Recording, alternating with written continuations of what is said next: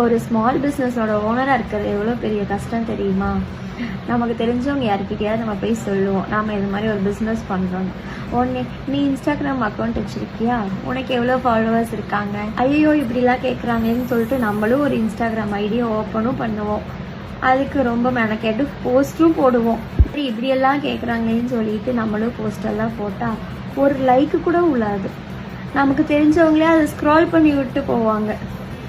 என்னடா இது அப்படின்னு சொல்லிட்டு நம்மளும் போய் ஒரு ஃபேமஸான யூடியூபர் கிட்ட போய் கேட்டோன்னா அவங்க 5000 கொடு 10,000 கொடுன்னு கேட்பாங்க. இது இருந்தால் நான் ஏன்டா இந்த வேலையை செய்ய போகிறேன் அப்படின்ற மாதிரி தான் எனக்கு இருக்குது. இப்போது இத்தனையும் மீறி நமக்கு ஒரு ஆர்டர் வரும். ஏன்னா நமக்கு முன்னாடியே நம்மளோட சீனியரானவங்கெல்லாம் இருப்பாங்க நம்ம ஃபீல்டில், அவங்களையும் மீறி வரும்.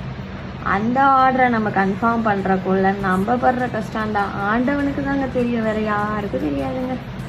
அசால்ட்டாக சொல்லிட்டு போயிடுறாங்க, உனக்கு என்னப்பா நீ பிஸ்னஸ் பண்ணுற, எங்கே தான் வைக்கிற அந்த பணத்தை